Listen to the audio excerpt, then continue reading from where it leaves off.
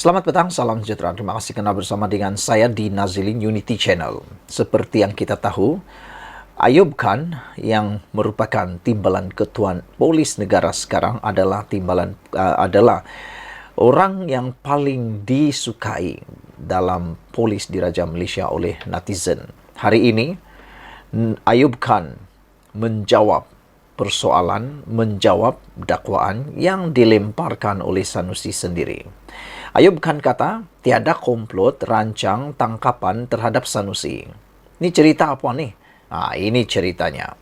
Polis Diraja Malaysia menafikan kononnya terdapat rancangan dan komplot untuk menangkap Menteri Besar Kedah, Datuk Seri Muhammad Sanusi Maknor yang dirancang sejak 6 bulan lalu.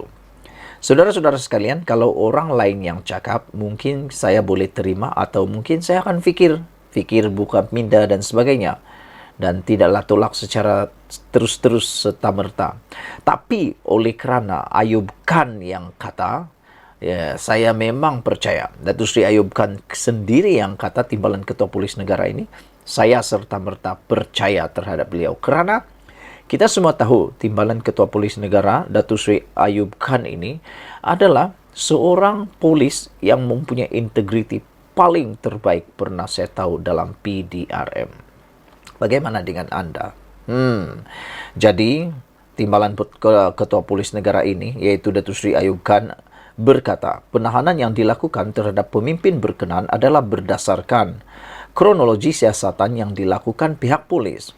Beliau berkata, sesiapa sahaja boleh membuat dakwaan dan terpulang kepada tafsiran seseorang individu itu.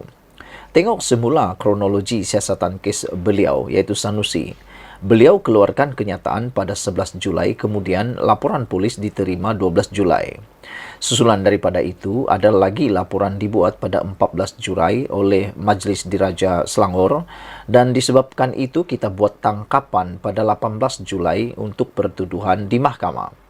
Jadi tidak timbul isu pihak polis jalankan siasatan 6 bulan sebelum itu dan ada konspirasi, kata beliau. Terdahulu, Ayub Khan merasmikan Majlis Penyerahan Bendera sempena kejohanan World Police and Fire Games Winnipeg 2023 di Bukit Aman. Hadir sama pengarah pengurusan Datuk Seri Azmi Abu Kasim, Pesuruhjaya Polis Sarawak dan Berdatu Muhammad Azman Ahmad Sapri. Mengulas lanjut, Ayub Khan menegaskan amaran sudah berulang kali diberikan oleh pihak polis supaya tidak mengeluarkan sebarang kenyataan yang menyentuh agama, raja dan kaum. Katanya penahanan yang dilakukan terhadap Sanusi itu adalah susulan kenyataan menghina institusi diraja yang dibuat oleh Sanusi.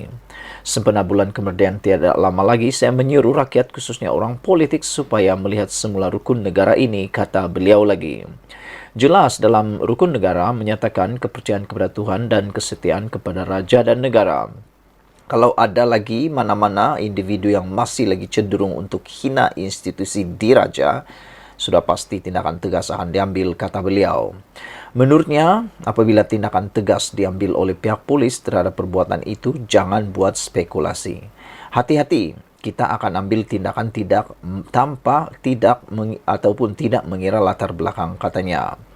Terdahulu media melaporkan Muhammad Sanusi mendedahkan terdapat rancangan untuk menangkap dan menjatuhkan kredibilitinya dirancang sejak 6 bulan lalu.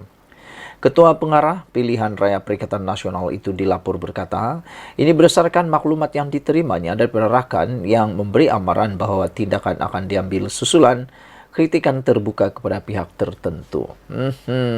Itulah dia jawapan kepada persoalan ataupun dakwaan Sanusi. Kononnya ada rancangan mau menangkap beliau sejak 6 bulan yang lalu. Akhirnya, timbalan Ketua Polis Negara sendiri yang menyangkal dakwaan tersebut. Ikuti terus ulasan selepas ini. Selamat malam, salam sejahtera. Terima kasih kerana bersama dengan saya di Nazilin Unity Channel. Jawapan Sanusi berkaitan dengan operasi MBI dengan jawapan dia tidak tahu operasi MBI menghairankan kita semua. Bagaimana seorang Menteri Besar boleh menjawab seperti itu? Ini kata-kata bekas Menteri Besar Kedah yang membidas Sanusi apabila Sanusi mengatakan tidak tahu operasi MBI. Mazir Khalid berkata, Sanusi Nur perlu berterus terang status dua warga China yang didakwa bekerja dengan MBI yang dikatakan mencuri nadir bumi. Mazir Khalid membidas Sanusi Nur yang mendakwa tidak tahu seluruh perjalanan perbadanan Menteri Besar MBI Kedah dengan alasan tidak mempunyai kuasa eksekutif terhadapnya.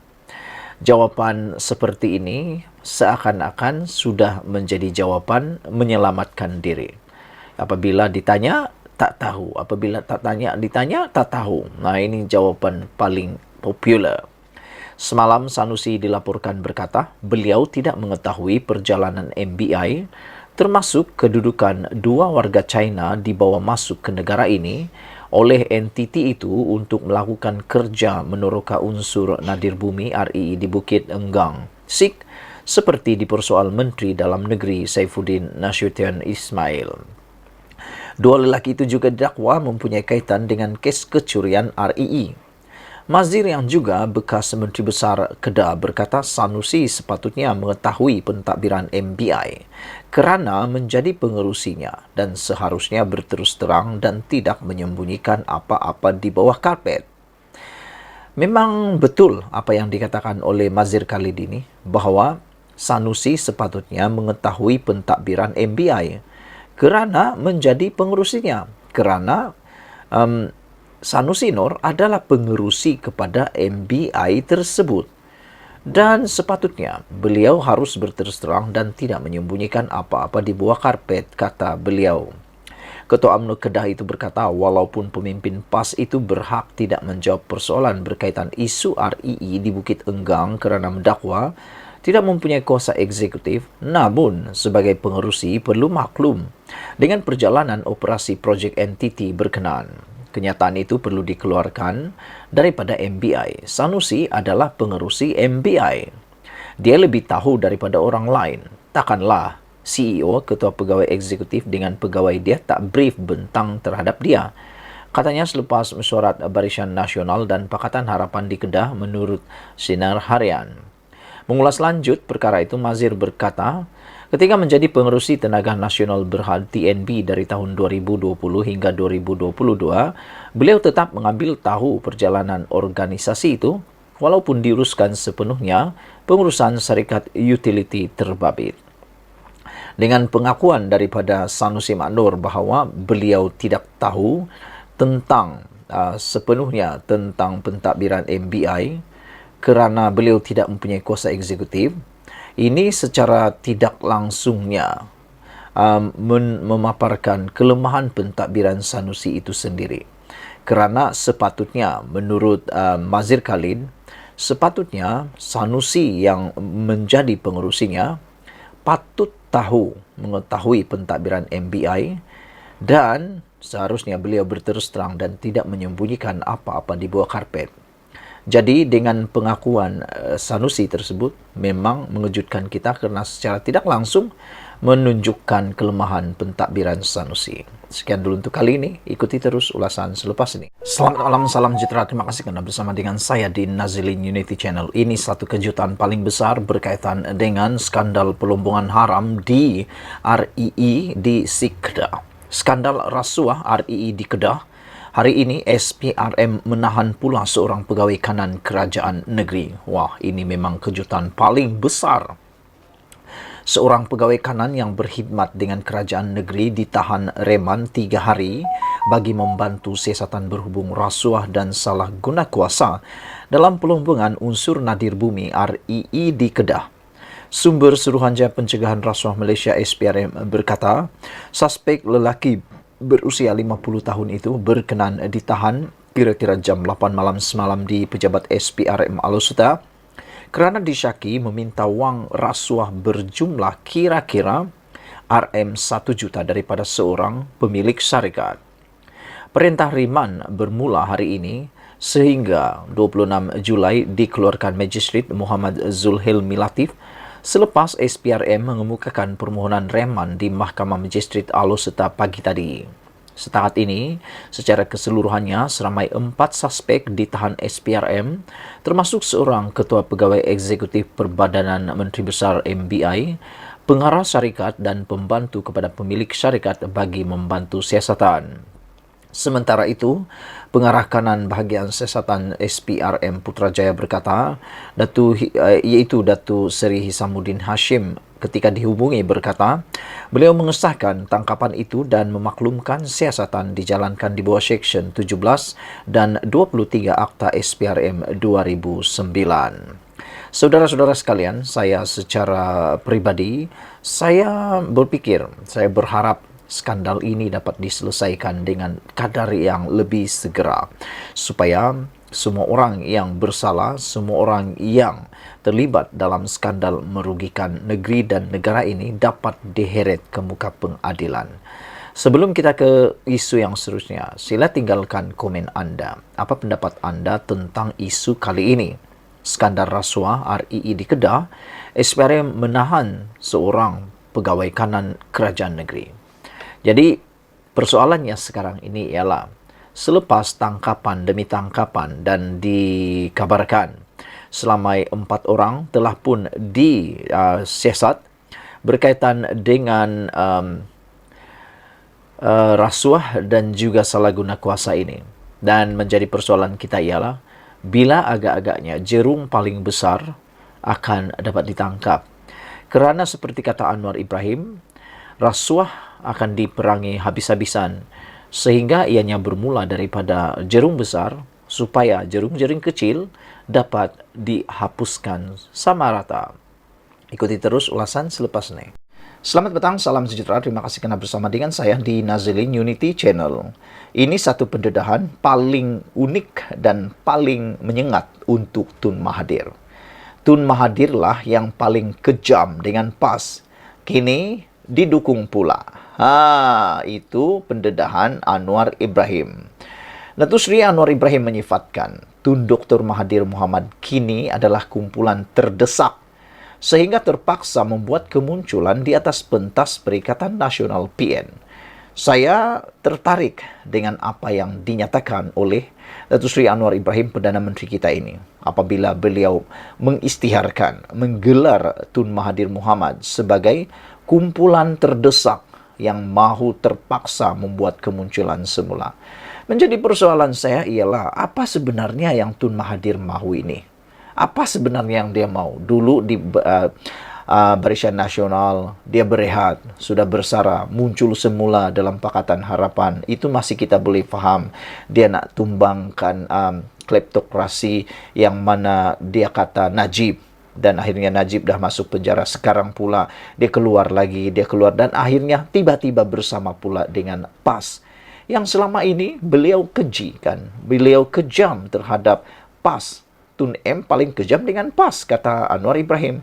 Tapi yang menghairankan, apa yang menyebabkan Mahathir benar-benar terdesak seperti yang dinyatakan oleh Anwar Ibrahim ini untuk membuat kemunculan? Apa sebenarnya yang Mahathir nak kejar? Apa sebenarnya yang Mahathir nak peroleh semula? Sehingga Anwar Ibrahim menggelar mereka ini sebagai kumpulan terdesak. Apa yang mendesak mereka sehingga mahu muncul semula dalam pentas politik ini? Perdana Menteri mendakwa sebelum ini Dr. Mahathir Mohamad adalah individu yang paling kejam terhadap PAS, Sekolah Agama Rakyat dan mangsa dalam peristiwa Mamali. Namun, kini didukung pemimpin parti terbabit. Bagaimanapun beliau berkata, tindakan bekas Perdana Menteri itu tidak menjejaskan sokongan kepada Pakatan Harapan PH dan Barisan Nasional BN bagi menghadapi pilihan raya negeri PRN bulan depan. Beliau adalah kumpulan terdesak dan tiada ruang lain untuk dia heret, kata Anwar Ibrahim. Tun Dr. Mahathir Mohamad orang yang paling kejam terhadap PAS, Sekolah Agama Rakyat, mangsa Mamali. Namun kini didukung. Tidak mengalah itu hak dia. Namun ia tidak menjejaskan sokongan kepada kami, kata Anwar Ibrahim dalam sidang media selepas majlis ramah mesra bersama warga Felda. Yang turut hadir ialah pengerusi Felda Datuk Seri Ahmad Sabri Sheikh. Kemarin Dr. Mahathir membuat kemunculan pertama beliau di atas pentas Perikatan Nasional di Kelantan dengan menyampaikan ucapan di hadapan puluhan ribu penyokong parti itu. Bekas Perdana Menteri itu yang memakai kemeja putih dan turut menyarung jaket PAS berharap semua pengundi akan keluar menunaikan tanggungjawab masing-masing bagi memberi kemenangan kepada Perikatan Nasional kelak. Naib Presiden PAS Datuk Muhammad Amar Nik Abdullah pula dilaporkan berharap keputusan Dr. Mahathir untuk memberi sokongan kepada Perikatan Nasional dapat membersihkan apa yang disifatkan sebagai kesilapan silam bekas Perdana Menteri itu. Muhammad Amar dipetik berkata setiap orang yang mempunyai sejarah tersendiri dan boleh diterima jika individu itu sudah berubah. Agak memalukan jugalah perkara-perkara seperti ini berlaku terutamanya kepada Tun Mahathir Mohamad sehingga beliau sanggup untuk kembali semula dan berkawan dengan musuh yang paling beliau kejami, kata Anwar Ibrahim. Sekian dulu untuk kali ini, ikuti terus ulasan selepas ini. Selamat petang, salam sejahtera, terima kasih kerana bersama dengan saya di Nazilin Unity Channel. Ini satu pendedahan yang pastinya menyakitkan hati untuk Azmin Ali dan juga membingungkan semua penyokong Parti Perikatan Nasional dan khususnya para pengikut Noh Omar di Selangor. Pertanyaan besar ialah, adakah Noh Omar tak mahu Azmin jadi Menteri Selangor? Menteri Besar Selangor? Wah, ini pertanyaan besar yang pastinya perlu dijawab oleh Azmin Ali, Noh Omar, Muhyiddin Yassin. Siapa yang akan menjadi Menteri Besar di Selangor? Dan dengan pendedahan ini, maka ianya menjadi lebih pertanyaan besar. Makin membuatkan kita tertanya bukan mendapat jawapan. Noh Omar tak mahu Azmin Ali jadi Menteri Besar Selangor, itu persoalan daripada Sabudin. Bekas pengerusi UMNO Selangor, Noh Omar, entah mimpi apa-apa.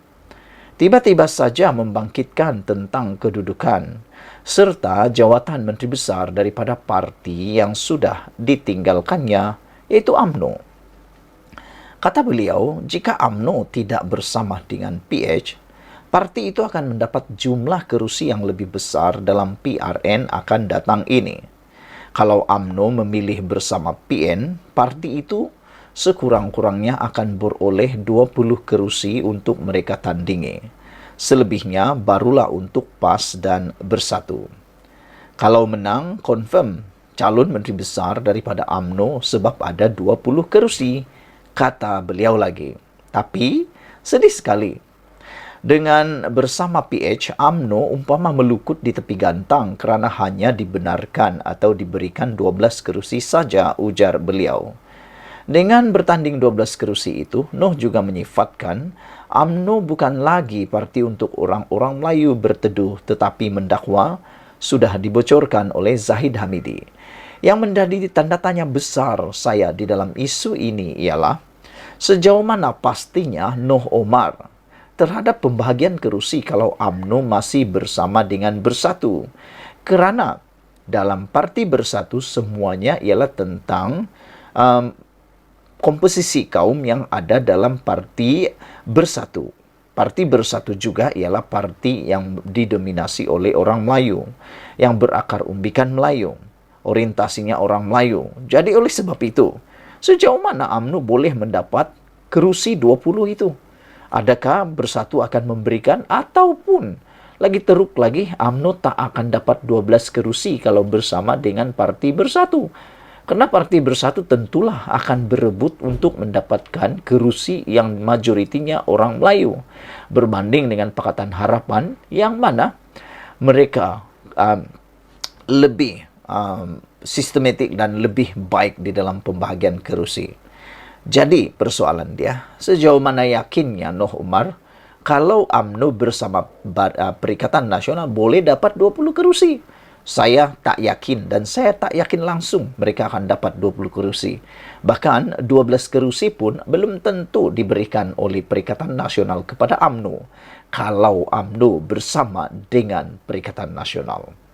Menjadi persoalan sekarang ialah Noh Omar ni masih rindu dengan UMNO lagi ke? Dalam hal ini, Noh Omar sepatutnya tidak lagi membangkitkan kemungkinan UMNO patut bersama dengan Perikatan Nasional kerana sejak keputusan PRU 15 lalu, Parti itu sudah pun membuat ketetapan untuk bersama dengan PH bagi membentuk kerajaan perpaduan, sebagaimana perkara itu telah pun dititahkan oleh Yang di-Pertuan Agong. Tindakan Noh terus membangkitkan jika UMNO memilih bersama PN pada ketika itu, tidak lebih hanya menggambarkan kerinduannya yang masih mendalam kepada UMNO. Walaupun sejak dipecat daripada parti itu, beliau sudah memilih untuk memberi sokongan kepada Perikatan Nasional. Selain itu, dengan mengatakan UMNO akan memperoleh jawatan Menteri Besar jika parti itu bersama Perikatan Nasional, turut memberi gambaran penolakan dalam jiwa Noh sendiri terhadap calon Menteri Besar daripada Perikatan Nasional, yaitu Azmin Ali. Meskipun tidak diumumkan secara rasmi, malah PN juga menetapkan tiada poster dalam PRN Selangor. Namun bukanlah rahsia lagi bahawa Azmin Ali merupakan calon pilihan sebagai Menteri Besar dalam blok pembangkang itu. Muhyiddin selaku pengerusi Perikatan Nasional dan Presiden Bersatu diberitakan begitu kukuh dan tidak berganjak pendiriannya mahukan Azmin mengisi jawatan Menteri Besar jika gabungan itu beroleh kemenangan. Untuk itu, terlanjur sudah bersama PN, Noh tidak sepatutnya lagi memperlihatkan kecenderungan yang berterusan mahu kerusi Menteri Besar diisi oleh pemimpin lain atau menimbulkan persepsi UMNO boleh memperolehnya. Beliau seharusnya menyokong dan mendukung penuh Azmin Ali, bukan menimbulkan gambaran atau persepsi lain yang hanya memperlihatkan golodak cetusan dalam jiwanya yang menolak dan tidak mahu pengerusi Perikatan Nasional itu, pengerusi Perikatan Nasional Selangor itu, yaitu Azmin Ali, untuk menjadi Menteri Besar. Lebih daripada itu, memberi gambaran dengan bersama Perikatan Nasional dan kemudian bertanding 20 kerusi akan memberi jaminan UMNO bakal mendapat jawatan Menteri Besar adalah tidak tepat sama sekali. Meski 20 kerusi mungkin ditandingi, boleh menangkah mereka kedua 20 kerusi itu? Berapa kerusi yang mampu mereka menang? Mereka mungkin boleh bertanding 20, tapi belum tentu lebih menang lagi. Silap-silap sikit, Perikatan Nasional Bersatu akan bagi UMNO kerusi yang mana tidak selamat dan confirm bunuh diri, confirm mati. Jadi, di mana letaknya kebenaran yang dikatakan oleh Noh Omar itu?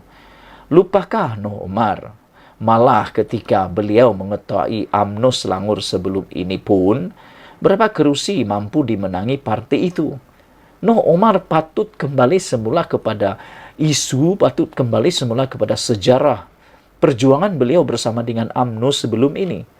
Berapa kerusi yang mereka telah menangi dalam PRU, dalam PRN Selangor yang terakhir, yang diketuai oleh Noh Omar sendiri.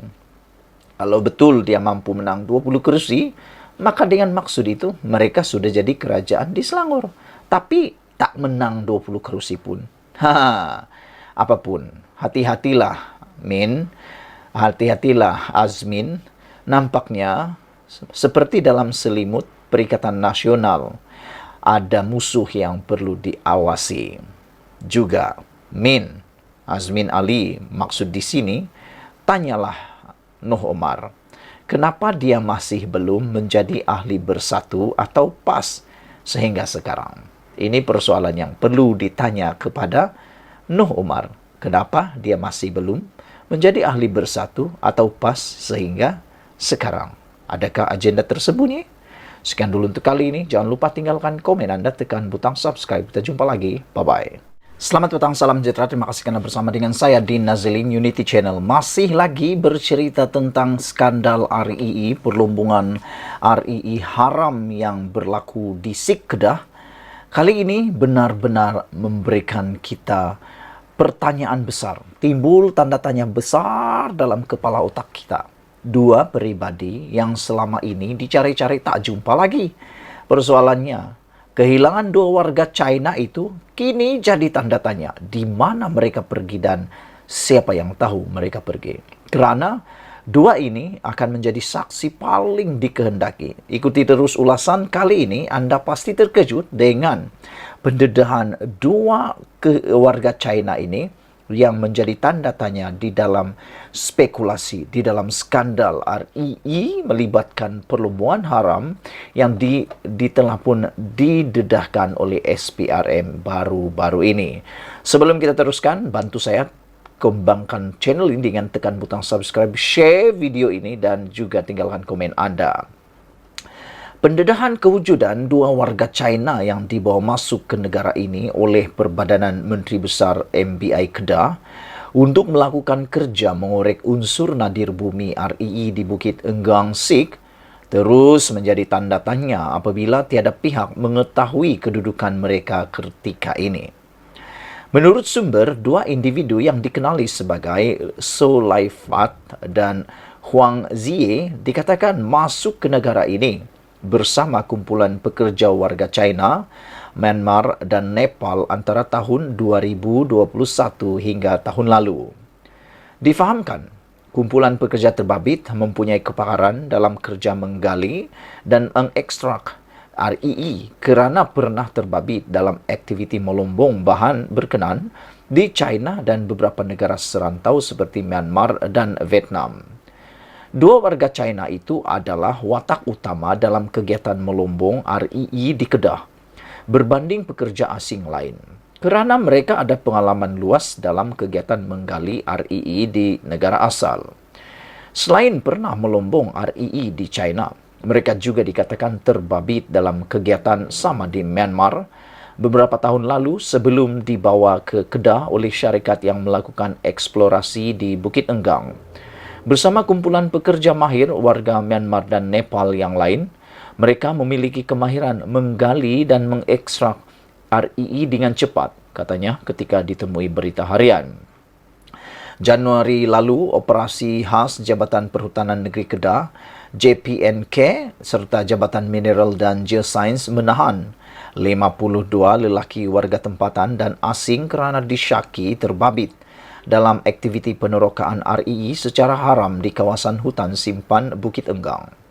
Dalam operasi itu, JPNK turut menyita beberapa perlibatan dan jentera digunakan kumpulan terbabit dipercayai bagi melakukan kerja menggali serta mengekstrak bahan RII terbabit. Berikutan itu, pada 13 April lalu, 40 individu termasuk 35 warga asing didakwa di Mahkamah Session Baling atas pertuduhan menceroboh hutan simpan Bukit Enggang Sik. Loi Fat dan Huang Ziyi bersama kumpulan individu itu didakwa atas kesalahan memasuki kawasan hutan tertutup, iaitu kompartmen 12 hutan simpan Bukit Enggang tanpa memiliki permit sah antara jam 9 malam pada 31 Januari lalu hingga jam 3 pagi 1 Februari lalu. Semua mereka kemudian dibebaskan dengan jaminan mahkamah. Sumber itu menambah, kegiatan melombong dan mengekstrak RII memerlukan pekerja, kumpulan pekerja mahir serta berpengalaman kerana bahan itu perlu diproses dalam tempoh masa tertentu bagi mendapatkan hasilnya. Katanya, tiada pekerja di dalam negara ini mempunyai kemahiran untuk bekerja di dalam aktiviti melombong RII kerana industri berkenaan belum pernah wujud secara sah di Malaysia setakat ini. Jika ikut kaedah melombong RII di China, Myanmar atau di Vietnam, tanah yang mengandungi RII akan dikorek dan terus diekstrak bagi mendapatkan hasil akhir di fasiliti yang dibina berdekatan tapak lombong. Bagaimanapun dalam kes di Kedah, tanah dikorek di Bukit Enggang terpaksa diekspor ke kilang terdekat berkemungkinan di Myanmar sebelum hasil akhir RII dihantar ke China. Jadi bagi memastikan tanah mengandungi bahan RII itu tidak rosak, proses berkenaan perlu dilakukan dengan cepat oleh kumpulan pekerja mahir di bawah seliaan dua warga China yang menjadi ketua terbabit. Berikutan itu, dua lelaki warga China terbabit dikatakan diambil MBI Kedah untuk bekerja di tapak melombong RII di Bukit Enggang. Namun difahamkan gaji mereka dibayar pihak syarikat yang mendapat lesen eksplorasi. Minggu lalu, Menteri Dalam Negeri Datuk Seri Saifuddin Nasruddin Ismail mencabar Menteri Besar Kedah, Datuk Seri Muhammad Sanusi Maknor mendedahkan profil dua lelaki warga China yang diambil bekerja di bawah MBI. Saifuddin turut mendedahkan mengikut rekod Jabatan Immigration, 2 individu terbabit masuk ke negara ini di bawah PAS lawatan ikhtisas sebagai staf pengurusan profesional dengan MBI adalah majikan mereka. Berikutan itu, Muhammad Sanusi sebagai pengurus MBI Kedah diminta menjelaskan status kedua-dua individu terbabit, berapa gaji, apa bidang tugas dan di mana mereka berada kini. Saifuddin juga mendedahkan 13 agensi kawal selia aktiviti perlumbungan di negara ini pernah tidak memberi sebarang kelulusan kepada Kedah untuk melakukan aktiviti melumbung RII di hutan Simpang, Bukit Enggang. Sebaliknya, beliau mendakwa kerajaan negeri di bawah pimpinan Muhammad Sanusi hanya memberikan kebenaran eksplorasi bawah enakmen mineral negeri kepada syarikat terbabit. Sebelum ini, Muhammad Sanusi menjelaskan pihaknya akan menghantar surat kepada Kementerian Dalam Negeri KDN untuk membawa pakar bagi tujuan penjelajahan dan penyediaan awal eksplorasi RII di Bukit Enggang. Katanya, pihaknya mengeluarkan surat sokongan kepada KDN kerana ketika itu Malaysia dilanda pandemik COVID-19 menyebabkan tiada pergerakan keluar masuk dibenarkan di negara ini dan China. Bagaimanapun, beliau menegaskan segala keputusan meluluskan atau tidak kemasukan pakar terbabit dibuat di KDN tanpa campur tangan negeri yang hanya memberikan sokongan. Sementara itu, SPRM sudah memanggil 12 saksi berhubung kes rasuah dan salah guna kuasa dalam isu kecurian unsur nadir bumi di Kedah. Ketua Pesuruhjaya SPRM Tan Sri Azam Baki berkata, pihaknya juga menjangkakan akan ada lagi saksi dipanggil untuk dirakam percakapan termasuk Muhammad Sanusi. Rabu lalu, SPRM menahan pegawai kanan MBI Kedah bersama seorang pengarah wanita sebuah syarikat bagi membantu siasatan kes kecurian RII membabitkan nilai rasuah berjumlah lebih RM13 juta. Itu dia, saudara-saudara sekalian. Persoalan besar, kehilangan 2 warga China kini jadi tanda tanya dan di mana mereka pergi. Sekian dulu untuk kali ini. Jangan lupa tinggalkan komen Anda, tekan butang subscribe. Kita jumpa lagi. Bye-bye.